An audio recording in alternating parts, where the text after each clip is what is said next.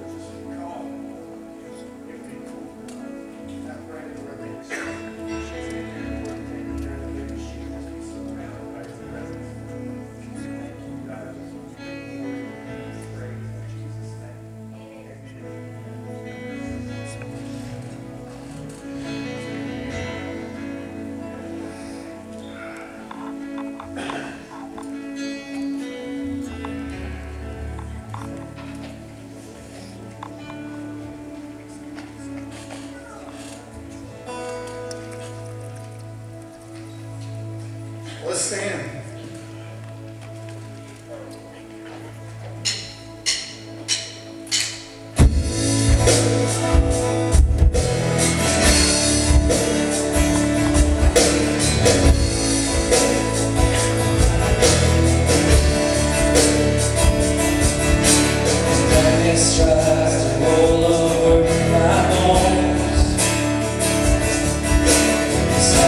Power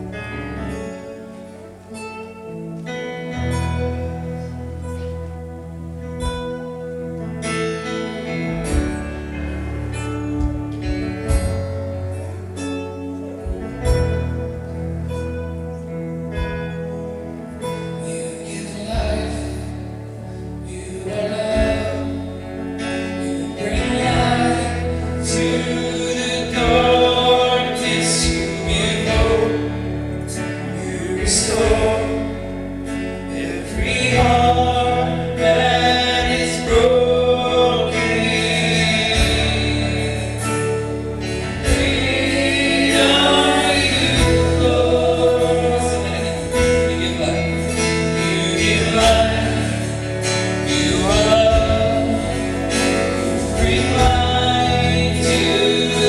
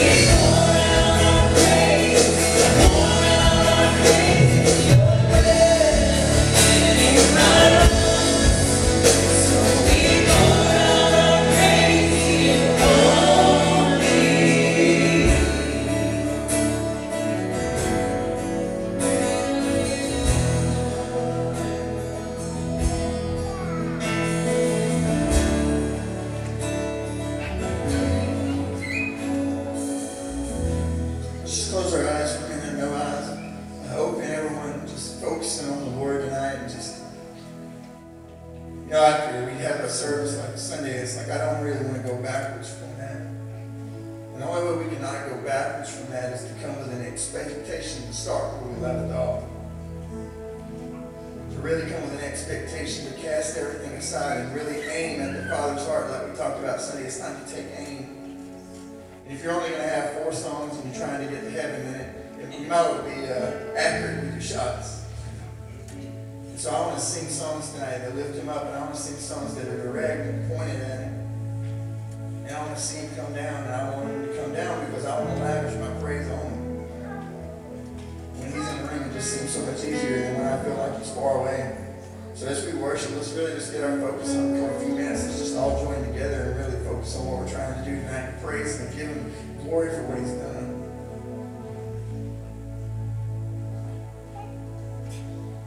Even now, I can see darkness is fading.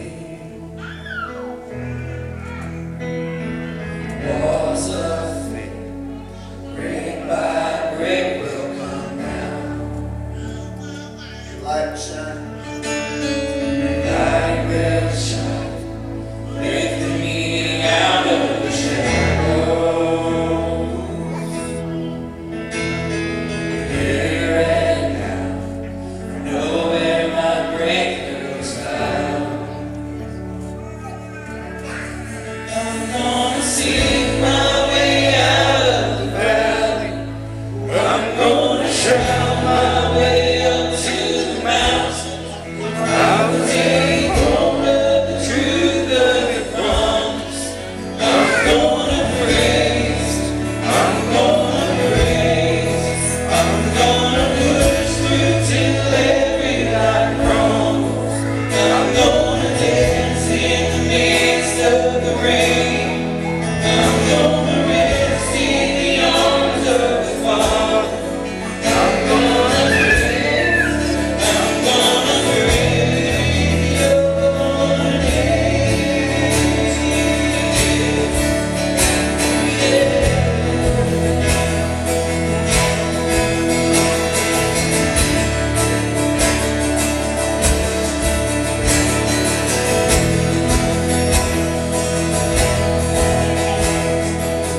There's a storm where I lean up from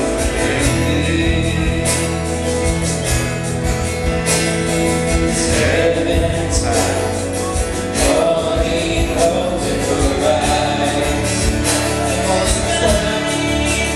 So I'm standing tall, here in the strength of your victory.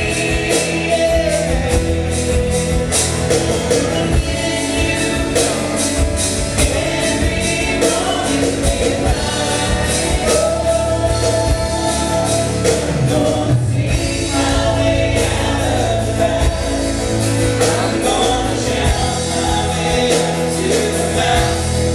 I will take hold of the truth of the promise.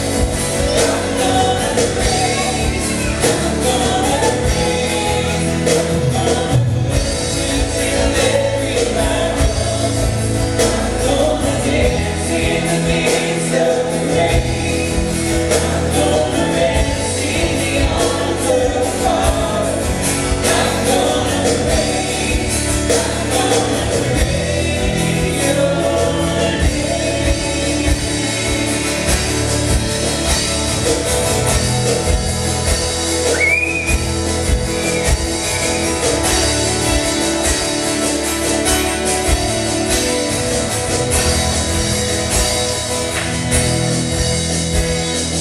Fear and depression, shame and confusion, you have to bow, you have to bow.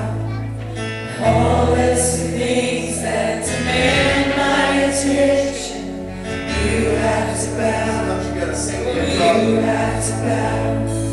Fear and depression, shame and confusion, you have to bow, you have to bow.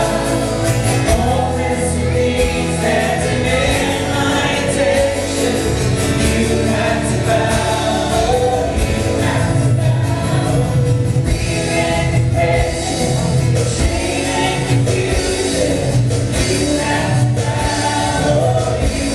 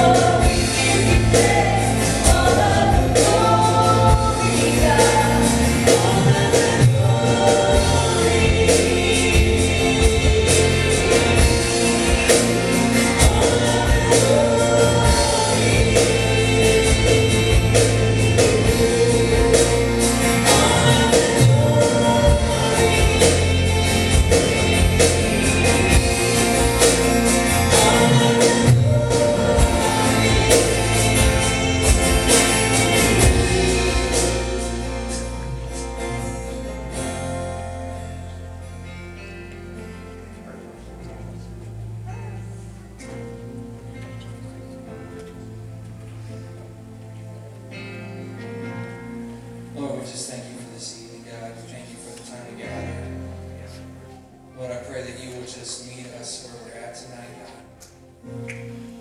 That you'll change us from the inside out, which only you can do. Lord, you'll speak to our hearts and minds tonight with the word. And that we will leave challenged and changed, God, in Jesus' name.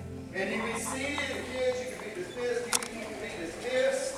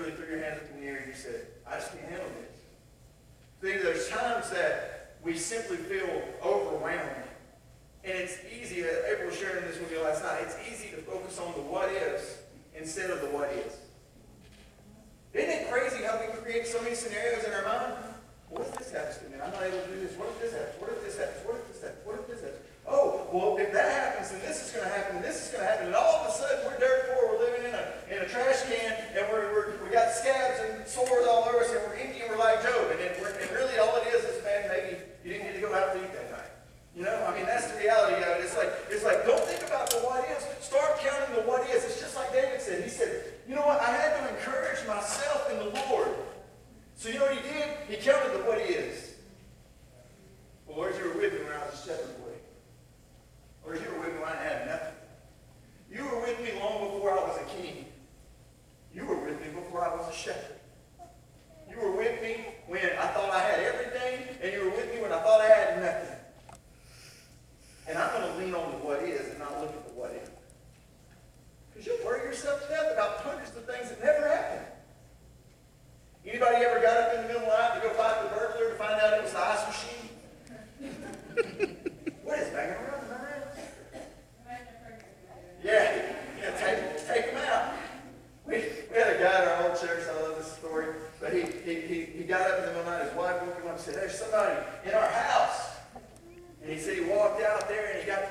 And sure enough, he looked down the hallway, there was somebody standing at him.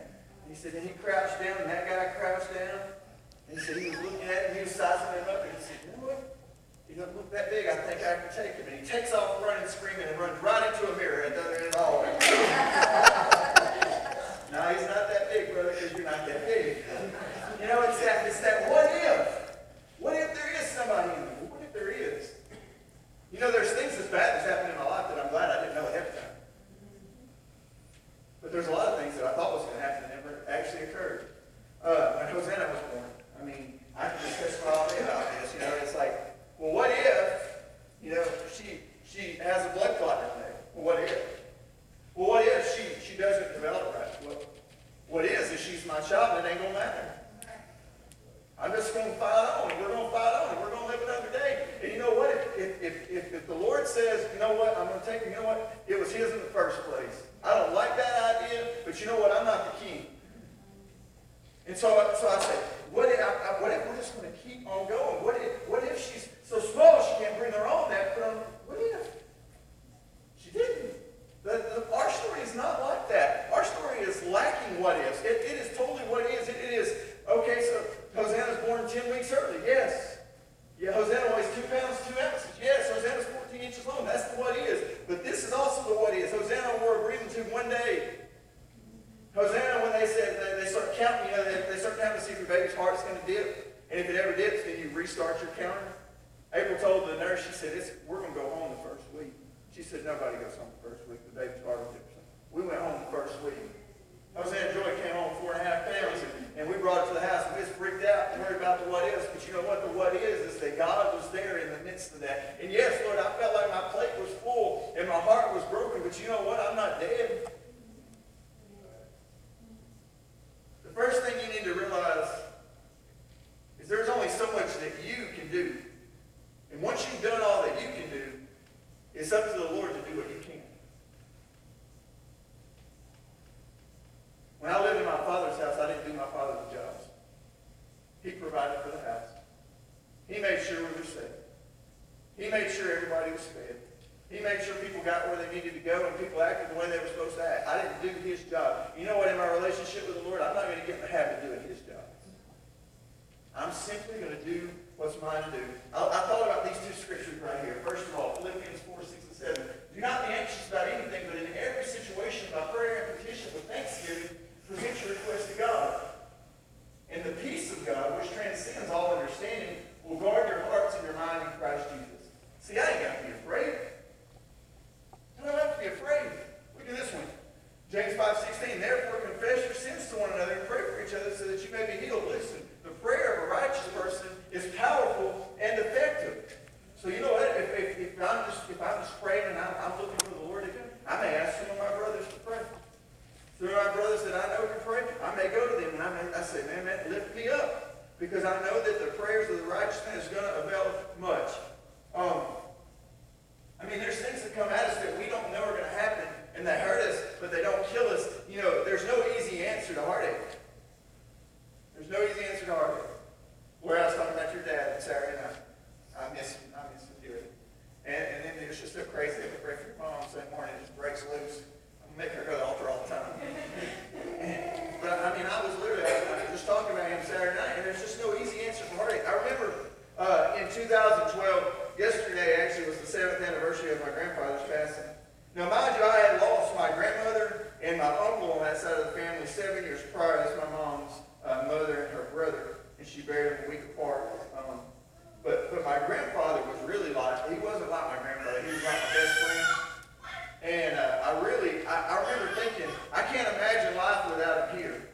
And even though he was like 82, I was like, or 81, I was like, I can't imagine life without him. It was such a big piece of my life. It's hard, you know, there's people that come into your life that it's hard to imagine being without them. And we enjoyed each other's company more than probably most. And even though I knew that the day would eventually come, it pretty much shattered me. And it was a lot of reasons. Like, we live on, some of y'all know where I live. And my granddad's house is right there over in the wooden house there, my parents' house. And so we lived on all that land. And all of my life, you know, from the time I was 5 years old, I lived on that land. And there was always a porch light on my grandparents' house. Now, this may seem silly to you, but you're talking about heartache, you're talking about our plate, and porch on things. But every the time from then until I was 29 years old, there was a porch light on. A lot of times somebody sitting on the porch. And so the first time I drove by and there was no lights on in that house, it's pretty devastating. It's pretty devastating. It was heartbreaking for me. I had my first anxiety attack the day after he died. See, in my mind, it was my childhood ending, and from then on, I wouldn't get to be the grandson next door. You know what I'm saying? There's things that hit you sometimes that you go, man, I didn't expect this. Seeing that time span, I actually, right there close together, within like 3 or 4 weeks, I was in the funeral home a bunch. A friend of mine that I was in high school with went in to have a CT scan done, had a reaction to the dye, and died. He was like 29 years old, 28 years old. And he was very healthy guy, just had a reaction to the dye. And so I went to that funeral home, and then, I buried my own grandfather, and then the Sunday after I buried my grandfather, I got the call that Cater's son Drew had died, and Marcus and I were really good friends at the time, and so I was trying to be there for Marcus, and they just had this world crashing, things are burning, all things are falling around, and kind of event happened, and all these things just kind of happened at once, and so, for Marcus, his pain was my pain. And shortly after that, I remember somebody asked me, they said, will you come speak at our event? I didn't speak at a lot of events. Most of the time when we traveled with the band, but certain friends would ask me from time to time, and I would kind of put something together. And it's hard when you've been through something because you don't know what you're going to pull from. It's like, man, I'm empty on the inside. I'm dying. And I remember this. So I preached about this verse right here. The righteous cry out, and the Lord hears him. And he delivers them from all of their troubles. And the Lord is close to the brokenhearted, and he saves those who are crushed in spirit. And one thing I can say about all the difficulty, all the things that are going on in your life, when you're brokenhearted, the Lord is nearby. The devil doesn't want you to think that. And so I was broken. When met with an unanticipated events in our life, it's good to remember that we're not alone. And it's funny how these things affect us because there have been times in my life I've been lonely, but yet I've never been alone. I mean, I guess Jesus would be the only one who's ever been alone when he turned on the cross and he said, Father, why hast thou forsaken me? He was by himself at that point. But you know what? I've been lonely a lot of times. There's been times where it felt lonely. You need to be married and feel lonely sometimes. It wasn't nothing that April did wrong. I mean, sometimes we just feel lonely. And you feel lonely, but you're not alone. And there's a big difference in that, and there should be some strength in that. All our hurts and our heartache is temporal. And God will restore us. There will be a day when we actually see joy again, and sometimes we just have to live through it. Haven't you ever been there where it was so bad that you were like, man, I just really like to give up. And you couldn't give up. You still have work to go to the next day, don't you, Eric? It don't matter sometimes what's going on. You still got to go to work the next day. And you feel like garbage. And you're just sitting there, and you're awake at night, and you're just looking at the ceiling, and you're thinking, I don't even know how I'm going to be able to get up in the morning. But you just live through it. And then one day brings the next day, brings the next day, brings the next day. It's like this verse here. For his anger lasts only a moment, but his favor lasts a lifetime. And weeping may stay for the night, but rejoicing comes in the morning. That's the kind of stuff that you want to put in your soul. I got to have some of that. What do I want to feed off of? I want to feed off that. The rejoicing comes in the morning. Some versions say joy comes in the morning. See, it's in times when it's difficult, when our heart is broken, it's easy to want to abandon God, right? It's like, man, I'm just done with this, God. If this is the way life's going to be, let me tell you, life's going to be that way when you got God or not. There's going to be things that happen. Because things feel out of control, we have a tendency to fear the unknown. And so we try to work when we should wait.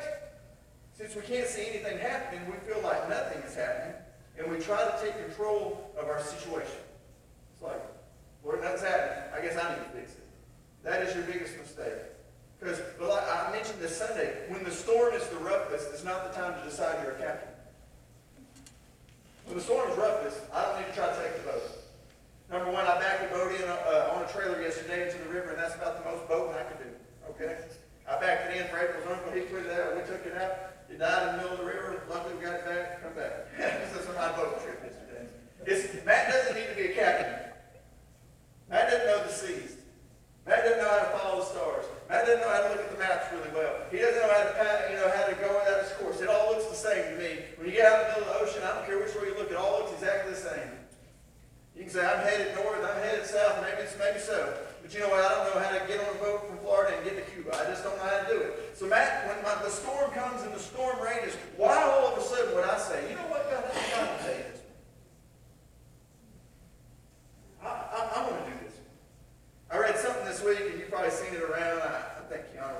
actually one credit that was saying, I don't know if you said it or not, but it said the teacher is always quiet during the test.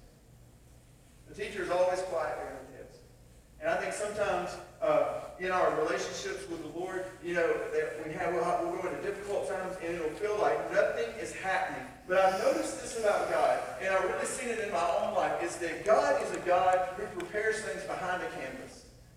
And what do I mean by that? It would be like this. It would be like there was a canvas up here, and Eric out there is wanting a Harley Davidson motorcycle. And he's like, man, I just don't know how I'm ever going to get a Harley Davidson motorcycle. I don't have the money for it. I don't have any way to get that. And he's like, it's just never going to happen for me. And all of a sudden this canvas falls, and there's the motorcycle. And God's been building it the whole time. There's all kinds of things like that in my life. This church is like that. I'm literally at a birthday party for somebody else, and this guy comes up to me and he starts talking to me and he says, hey, have you heard Cornerstone Fellowship looking for a pastor? And I'm like, nope. And honestly, if I'm real honest, I didn't care. Yeah, I mean, he was telling me this. And he said, he's like, and he's always telling me about these pastor things because he's a pastor. I'm not a pastor. And I mean, it's like I'm listening to your story and I'm happy for you. And as he's telling me, I get a text on my phone. And me and Wes, we don't talk like regular. And I pull out my phone while this guy is telling me, and it's Wes, and he says, are you interested or do you know someone interested in being our pastor? And I said, here you are, 5 names of guys that I know that pastor who are all good. There you go. So, sent off. And then it just kept on and just rocked on. And see, what I didn't realize is that God had the canvas up. He had been working out everything. He had been preparing everything for my life. And all I have to do is ride the boat. I don't have to guide it. I don't have to steer it. I don't have to know where we're going. You know what I do? He pulls up and he says, hey, here's your stuff. Get on off and let's go. Just like when you get on the cruise, they pull up to them ports and they tell you what's available for you. And that's really like what it's like. We just trust the Lord. We walk and we follow. I don't have to know where he's going. I just have to follow what's in front of me. And it's funny because we end up where it is. All right. Get back to my note here. All right. Okay. Oh, here it is. So let's, if you have the Bibles, you can turn to John chapter 11. Okay, we're looking at the story where Lazarus is sick. Mary and Martha, they call for Jesus. He waits to come.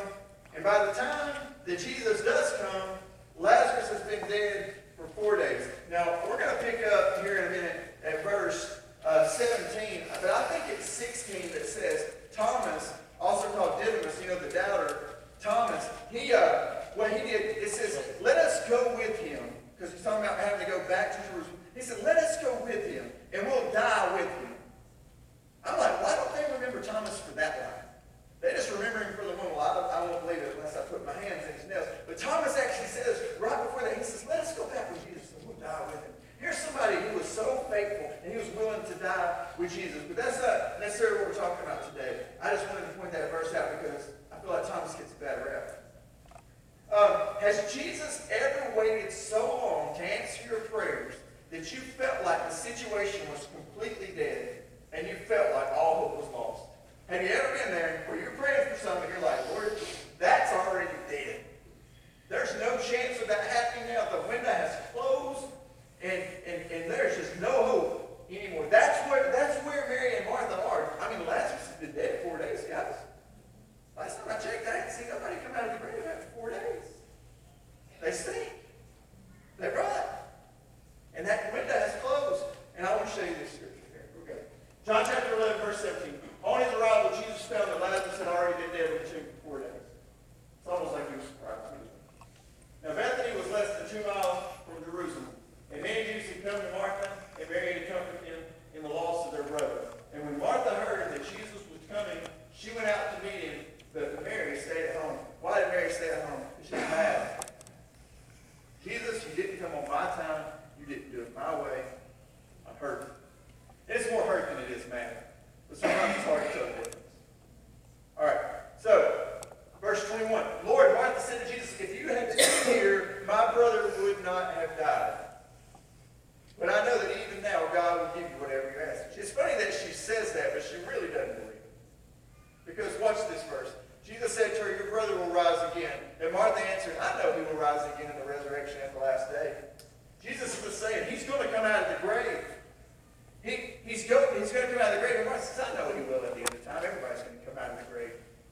So it's like, you don't really believe what you say, Martha. And you know, later on, it's like, don't roll the stone, because he's been there 4 days and he stinks. And it's like, so what part of this do you not believe? All right, so scroll a little further. Jesus said to her, I am the resurrection and the life.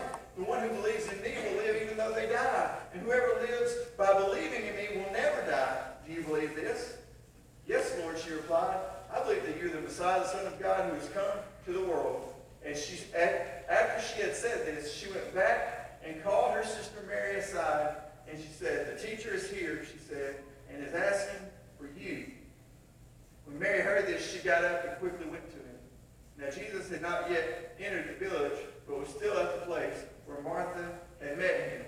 And when the Jews who had been with Mary in the house comforting her noticed how quickly she got up and went out, they followed her, supposing she was going to the tomb to mourn. So when I look at this story, you know what? I actually understand the frustration of Mary and Martha as Lazarus has died and Jesus had to come. We've been there before. We expected him to do it one way, and he decides to do it another way. And every fiber of their being, I'm sure, felt abandoned, and every outcome of Lazarus' situation seemed final. It's like Jesus, if you would have just shown up, then you could have healed him, but now he's dead. And see, he's God of my little faith, but not God when it takes big faith. Like I told you before, there's times I have problems with faith, and it's this right here. It's not in what he can do. It's what I think he will do. And that's why I'm trying to be the captain. He's the captain. And it's like, God, if he's sick, I know you can heal his sickness. But he's been dead 4 days. At what level does your faith stop? That would be what I would ask. At what level does your faith stop? At what point are you saying, you know what, Lord, I believe you for this. This is big, God. This is big. He's dead 4 days. And at what point do you say, I trust him with all, or I don't trust him at all? Where does my faith end? I believe he can heal my sick brother, but he's been dead for 4 days. You're a God over sickness, but death is final. And she didn't believe Jesus could bring him back. And it's so easy to make the assumptions that Jesus can't do it, yet the failure is actually in our own part. And we're mad that he doesn't do it the way that we think it should be done. Martha is looking for signs of the resurrection. It's so great. I love this part. Martha is looking for signs of resurrection. She says, oh, I know he'll resurrect at the end of the day. She's looking for these signs. I would love for him to resurrect. And Jesus is saying, I am the resurrection. See, Lazarus can't come out of the tomb, so Jesus goes to the tomb. Lazarus can't resurrect himself, so the resurrection comes to him. It's so powerful because Jesus is saying, you're looking for something and I'm it. Martha's looking for signs of resurrection, and Jesus is telling her the resurrection is here. Sure, it looks hopeless, it looks dead, but when Lazarus could not be brought to the resurrection came to Lazarus. And you know what I learned is the situation is not final until Jesus says it's final. You say, oh, I've been praying about it, it just had to happen. Oh, I've been waiting, and nothing's happening, Lord. I'm telling you, he's God behind the canvas. He's a God behind the canvas, and he's working things out for your good. And he don't want to show them to you prematurely. He wants to show them to you complete because he's a God of completeness. He's a God of oneness. And so he didn't show you what's going on, number one, so you don't get fear and not do the things that you would do if you didn't know they were there. And sometimes so that you don't anticipate something before it's time. Because nothing can be worse than trying to operate outside of the timing of God. All right, now I want you to understand something, that Jesus didn't wait because he didn't care. Why did Jesus wait? Why do you think he waited? To show his glory, what you say? To prove a point? What do you think he did? There was a mission there. It was a setup. It was a setup. Let me tell you what this is here. If Jesus had been present when Lazarus was dying, his compassion would have caused him to heal him because he was his friend. I really believe that. But preventing a death might be considered by some to be a chance circumstance or just a minor miracle. You know, like if he just got better, they say, oh, he just got better. And Jesus wanted to do something that they had to give him credit for, that they had to recognize him as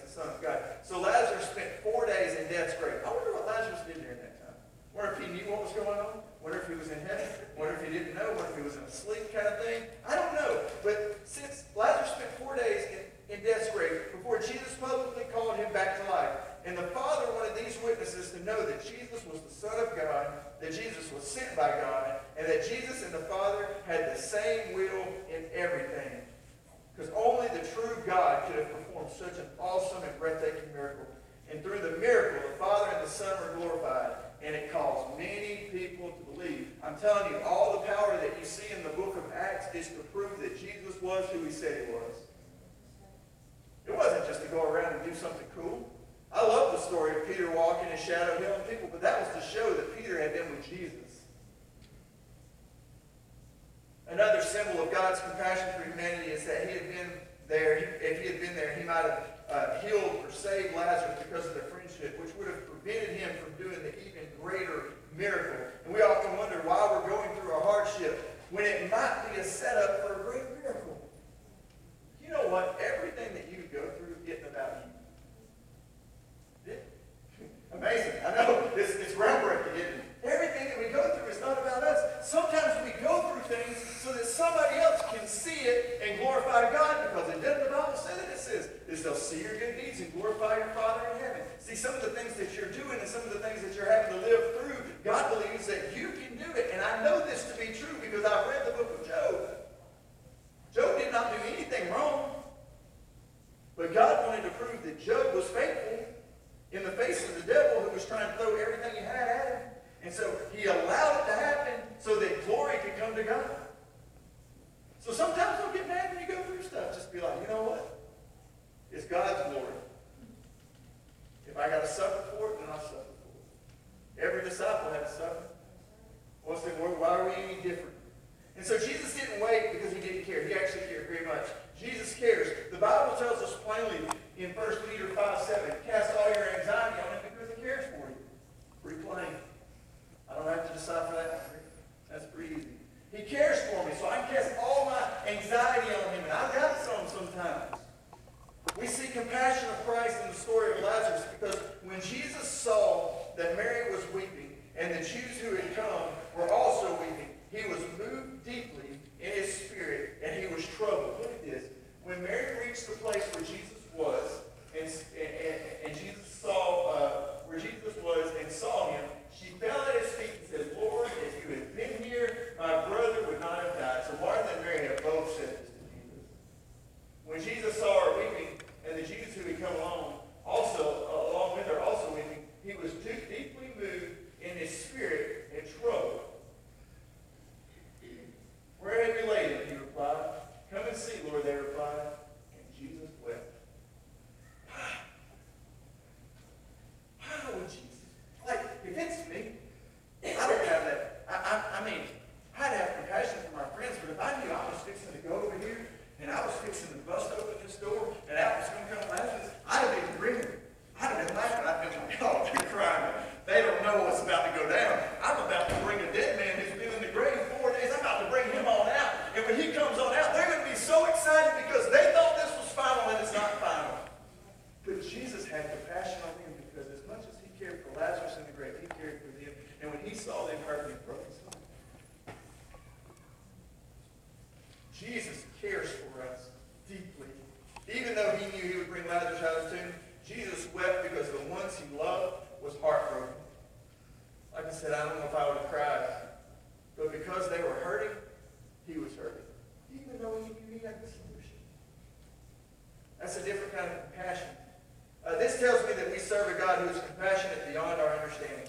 See, storms are hard because while they are present, you can't see the sun at all. And it's easy to forget that it even exists. But on the other side of the clouds, it shines all just as brightly as it does on the clearest day. Haven't you ever been there before? Any of y'all ever flown in an airplane? Everybody present, and those of you who've flown, a few of us. And you know it, and you take off from the airport, and it's raining, and it's gray, and it's miserable, and it just isn't pretty at all. And then all of a sudden, you break through them clouds, and you're on top of the clouds, and the storm is below you, and the sun is shining, and it's reflecting. And the whole time, the people at the airport have no idea that the sun is shining above the clouds. Let me tell you, that is how your situation is. It seems dark, it seems grim, but just on the other side of break through the sun is shining just as radiant as it ever was. God is still mighty. He's still on his throne. He's still standing firm up there, and it's just as good as any other day. I'm telling you, you got to get perspective sometimes. When you're on the plane and you break through the clouds, you got a new perspective as you look down upon your problem. I'm telling you, they say hindsight is 20/20. It's because once you get through your problem, you have a new perspective, and you can look back on it and say, man, I saw God there. I saw God here. I saw God in all these things that was wrong. But at the time, it seemed so bleak and so hopeless. In the middle of the storm, it's not the time to shrink away. It's actually the time to anchor down. We love for God to show up and calm every storm. But he is the rock, and when he doesn't calm the storm, it says that he calms his child. I've had both happen. I've had times where it was rocky and it was bad, and all of a sudden God just blew it up and it was fine and everything was good. I've had other times where I had to endure, where I had to hold on, and I had to wait for the storm to pass. And see, when he calms the storm, it displays his power, but when he calms his child, it builds their character. I mean, once you've been through a storm, like, you can walk to the next one so confidently. Like April and I, so we go through 10 weeks at UAB, NICU, all through the summer, when everybody else is going to the river, when everybody else is having fun, we're going to a hospital, and we're sitting there all day, and it's miserable, and our little baby's there, and she's feeble, and we're looking at her, and it's sad. But you know what? Eventually we got through it. I mean, look at Ojo now. She's great. She got more energy than me by like a billion. She's like breathing unicorns and rainbows everywhere she goes. You know, she's who she is. And you know, we get through those things, and we get on the other side of it. But I remember we went back maybe like a year or two later, and some of our friends were in the same hallway that we were in, just a different room. And I remember we walked in there so confidently because we thought, you know what? If God brought us through it, he'll bring you through it. And you know what? He didn't break the storm open. Hosanna didn't get the stage so she was fully grown. No, we had to endure that. We had to go through that season. We had to bring her home at 4.5 pounds. We tried to keep her from RSV, but she got it. We tried to keep her from the flu, but she got it. He didn't prevent it, even though we were showering and changing clothes, and we were basically Lysol and Elijah every time you come through the house. You can't be in nobody's face, and we're just going to keep her home, and we're just going to protect her. But you know what? We couldn't protect her. God allowed things to happen. But when we came through, we was all stronger. And so when we went back, all of a sudden we had a story to tell. That's why I don't worry about it. You're going through it. You're going to walk through it. It's going to be okay.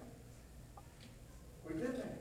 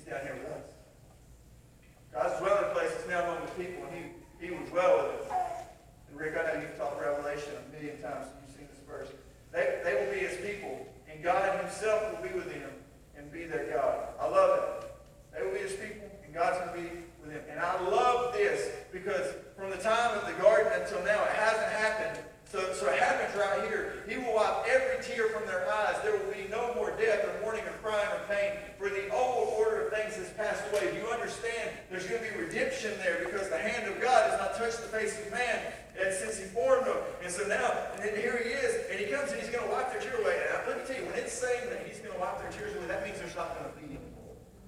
This is it. It's done. He says the old order of things has passed away. So all these things that we're dealing with now are temporal, but God says they're not permanent. And I love this right here. Look, and he who was seated on the throne said, I'm making everything new.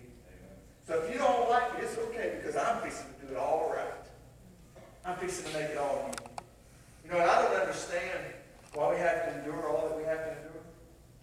I'll be honest, sometimes I really long for the power that we see in Acts 7 out here.